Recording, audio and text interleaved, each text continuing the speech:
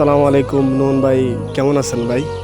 ওয়ালাইকুম সালাম রহমতুল্লাহি বরকাত। ফখরুল ভাই, আমি ভালো আছি, আপনি কেমন আছেন? জি আলহামদুলিল্লাহ ভাই, আমি অনেক ভালো।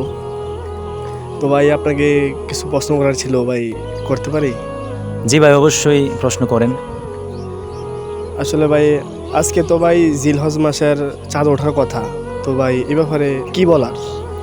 জি ভাই, আজকে তো জিলহজ মাসের 29 তারিখ। তো আজকে এখন মাগরিবের পরে, যেহেতু মাগরিবের আজান প্রায় হয়ে যাচ্ছে, কিছুক্ষণ পরে চাঁদ উঠবে।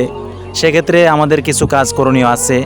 এক নম্বর হচ্ছে, হাদিসের মধ্যে রয়েছে, নবী আলাইসাল্লাম বলছেন যে চাঁদ দেখার জন্য যেন মুসলমানরা বের হয়ে খোলা স্থানে যায়।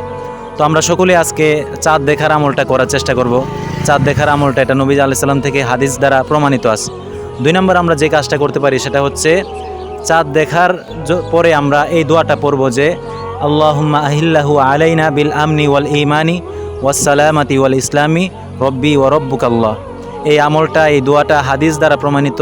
তো আমরা চাঁদ দেখার পরে সকলেই এই আমলটা করার চেষ্টা করব। এই দুইটা জিনিস আজকে চাঁদ দেখার পরে আমাদের মুসলমান হিসাবে আমাদের করণীয়। জি ভাই, আপনি যে চাঁদা দেখবেন বা আপনি ভাই কোন জায়গা থেকে চাঁদা দেখা বা উপভোগ করতে চান? আমরা তো মুসলমান, সবাই চাঁদ দেখা আমাদের দরকার।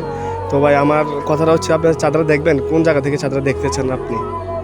দেখেন ভাই, আমি এখানে পাশে মসজিদ আছে, মাগরিব নামাজ এখানে আদায় করব। মাগরিব নামাজ জামাতের সাথে আদায় করার পরে আমরা আসছি। এই যে দেখেন, এই জায়গাটা হচ্ছে একটা খালি ময়দান, এই দিকটা হচ্ছে খালি ময়দান। এখানে আমরা চাঁদ দেখব, চাঁদ দেখার জন্য আমরা এখানে আসছি আর কি। এখান থেকে আমরা চাঁদ দেখবো আর কি, এটাই। জি ভাই, আপনার কথাটা শুনে ভাই অনেক ভালো লাগলো। যেহেতু ভাই আপনি নবী আলাইহিস সালামের কিছু হাদিস বললেন, বা আপনি চাঁদ দেখার যে দোয়াটা ভাই, আপনি দোয়াটা বললেন ভাই, অনেক ভালো লাগলো আমার থেকে দোয়াটা শুনে ভাই। তো আমার কথা হচ্ছে যে প্রত্যেক মুসলমান ভাই যেন চাঁদ দেখার পরে এই দোয়াটা পড়ে, আর চাঁদরা যেন খোলা ময়দান থেকে দেখে উপভোগ করে, যেন কোরবানি ঈদ যেন প্রত্যেকটা মুসলমান ভাই সুন্দরভাবে উপভোগ করতে পারে। এই বলে ভাই আমি কথাটা শেষ করতে যাচ্ছি। জি ভাই, আমাদের পক্ষ থেকে সকল মুসলমান ভাইদের জন্য রইল ঈদ উল আজহার শুভেচ্ছা, ঈদ মুবারক। আসসালামু আলাইকুম রহমতুল্লাহি ওয়া বারাকাতুহু।